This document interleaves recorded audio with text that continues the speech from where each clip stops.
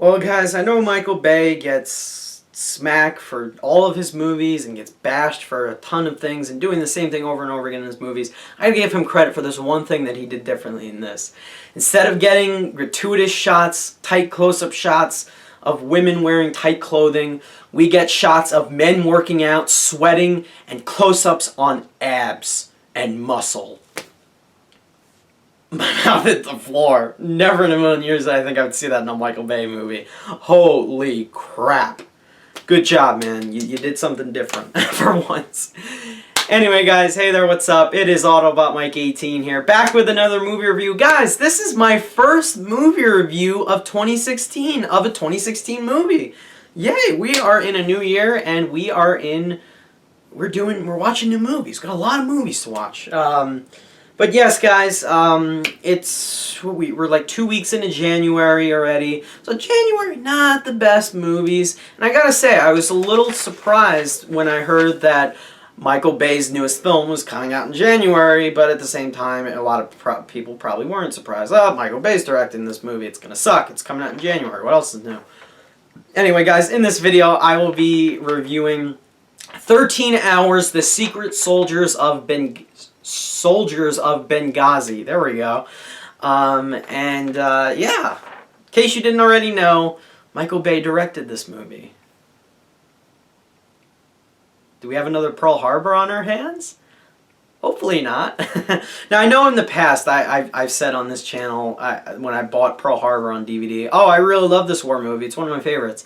I was dumb then, okay? I've since thought about that movie further, okay? I'm just gotta let you all know about that. But yes, we've seen Michael Bay handle war films before with Pearl Harbor, and yeah, he wasn't all that successful with that, but they actually look good in that. So now he's taking on the true story of what happened in Benghazi in 2012, specifically on the evening of the anniversary of 9/11 in 2012.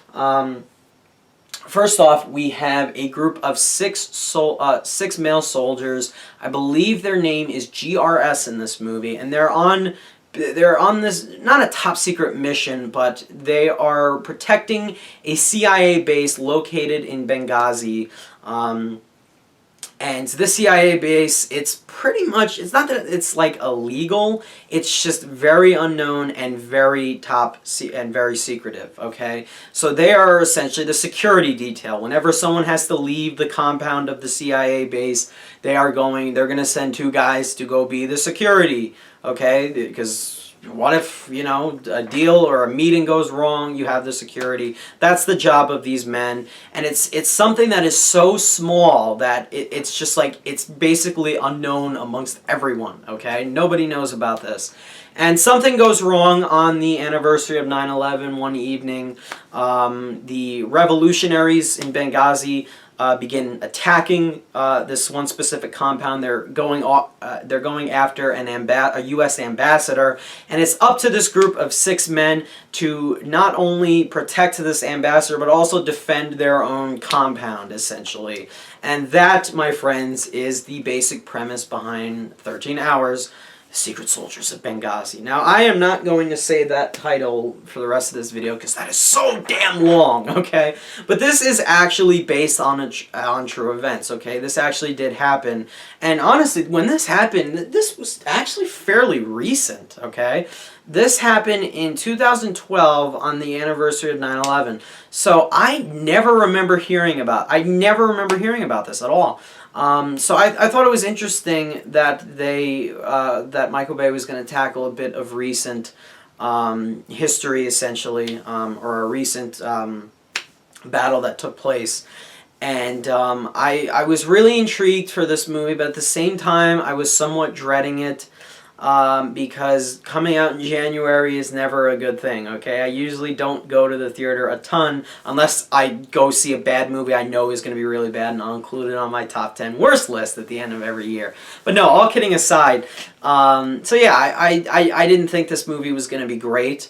Michael Bay has gotten a lot of hate. Now, I personally do not hate the man, and he didn't. It's not like he's a screamer, so he didn't write the script in this movie. So I don't want to hear people saying, "Oh, this movie was terrible. The script was awful. I blame Michael Bay." Blame the guy who wrote the script, Chuck Hogan. Okay, there you go.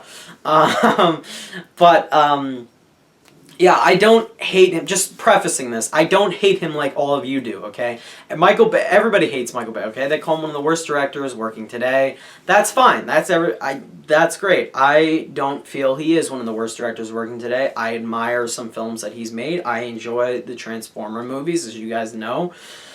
There are some of his movies that obviously aren't perfect, okay? They're flawed. They're not great. So he's not perfect, but I don't hate the guy. So at the same time, though, I was skeptical. But I will say this much. 13 Hours is an interesting war movie. It has all of the aspects you'd come to expect from a war movie. It has all the cliches you'd come to expect from a war movie.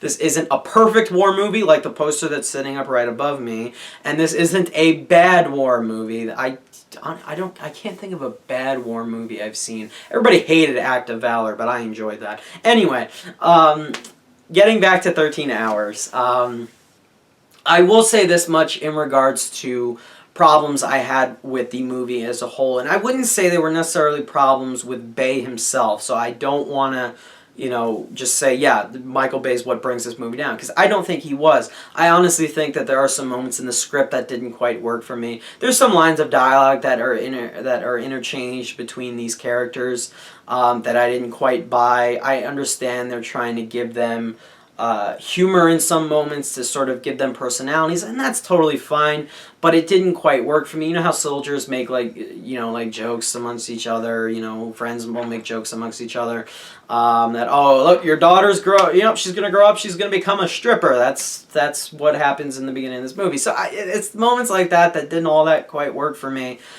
But then that wasn't even what bothered me all that much. There's one sequence in this movie that I honestly just do not like at all, because it's just so blatantly obvious, and it's trying to literally hit you over the head with the message of these movie that these men are brave, they are sacrificing everything, they're putting everything on the line, but every single one of them have kids and family at home. And there's a sequence when they're all on tablets, okay? All of them, like all 6 of them are on tablets, they're on Skype, and they're talking to their family, to their kids specifically, and it's just cutting all between them. And for some reason, while that's going to hit some people hard, they're going to be like, oh no, I don't want, John Krasinski's got 2 girls, 2 daughters, a wife, pregnant wife, oh no, I don't want him to die. Yes, that's gonna, some people are going to attach to that. I absolutely believe that. But to just have that in a sequence, it just bothered me. I just felt it was too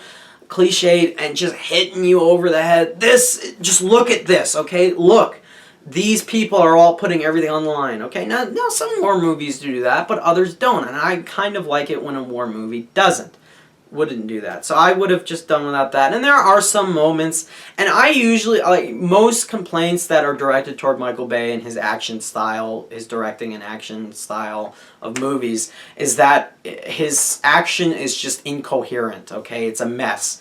And I don't usually think that's the case. For this movie, there are some moments in the action sequences where I couldn't tell who was firing at who, and it was a mixture of like 3 different things. A little bit of shaky camera work, very quick cuts, and the fact that the men that were in the thick of the action, they've got like grease and dirt and just black like marks all over their face. So you can't even tell you can't tell who's a part of this team of guys. You can't tell who are the Libyan revolutionaries who are trying to shoot at them, who are trying to break into the compound. So it's cut together that quickly. And there are moments where you can easily tell them apart. There are other moments where you can't. So it's just things like that I don't think quite frankly worked. But now that I got the negatives outside with the movie, I want to touch into the fact that this movie does have some positives. Starting off with the fact that I think that the 2 performances of the 2 leading guys in this movie, 2 guys who usually don't get like lead big roles like this, John Krasinski and James Badgel, I think they're actually quite good. I bought into them. I think John Krasinski is really good. I think he brought the emotional heft that I expected from his character. I wasn't quite, when I saw him in the trailer, I was like, the guy Jim from The Office. I don't know how I see him in this role. Now, for the record, I've never watched The Office. I just know he's Jim from The Office. Okay, shh.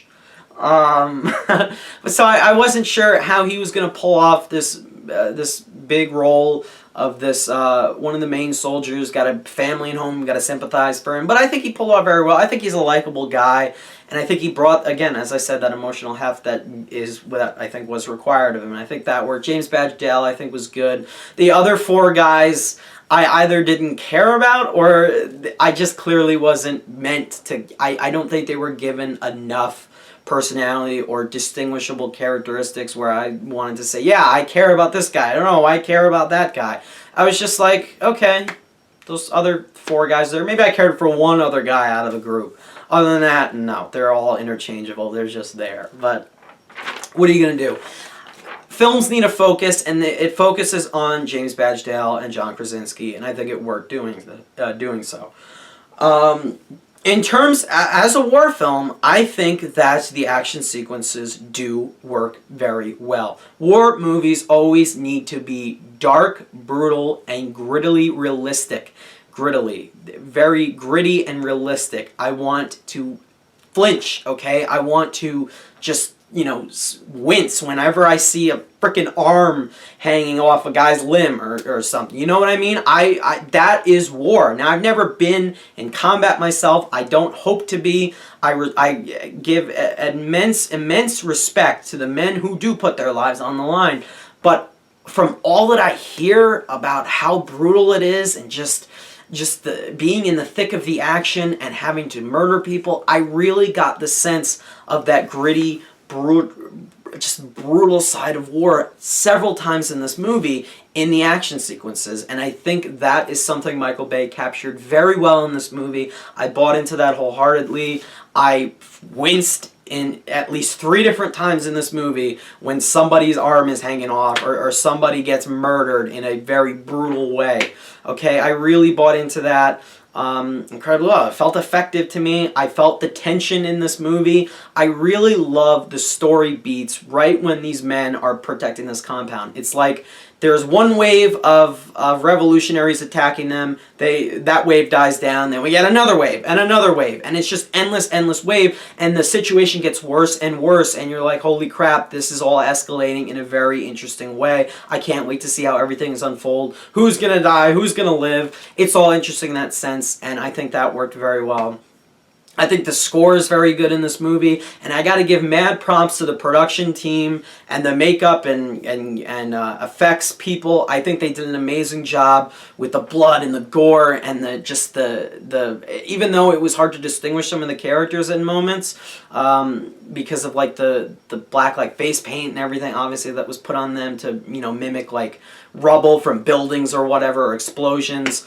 I think that worked overall, and I do think that I don't think the movie's like terribly shot. Some shots are a little too shaky, but I don't think it's terrible. I don't think the editing is terrible either. I think the pacing is very good for the most part.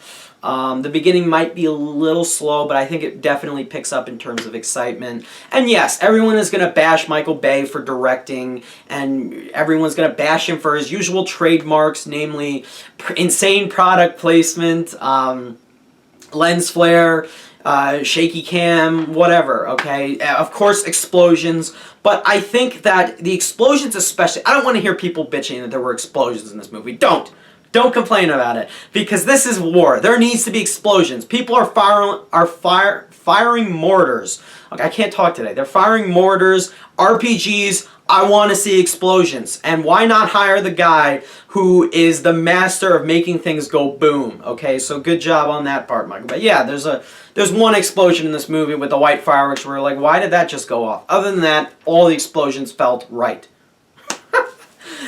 And as I said in my intro, there's no gratuitous shots of women in this movie, just men and abs. So, good job, Michael Bay.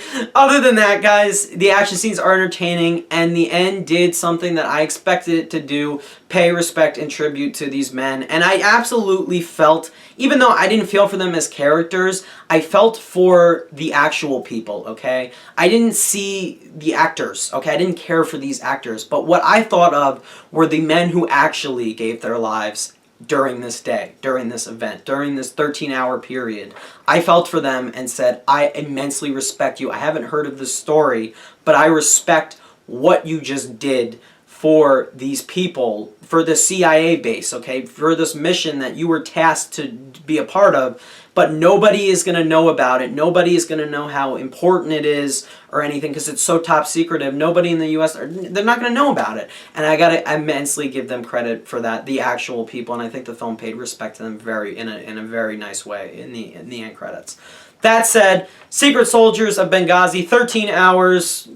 reverse that. I am going to give this movie a grade of an 8 out of 10 or a B minus. I don't think this is terrible. I gave my flaws. Yes, there's a few script problems. I don't care for all of the men in this platoon, in this unit, this secret force.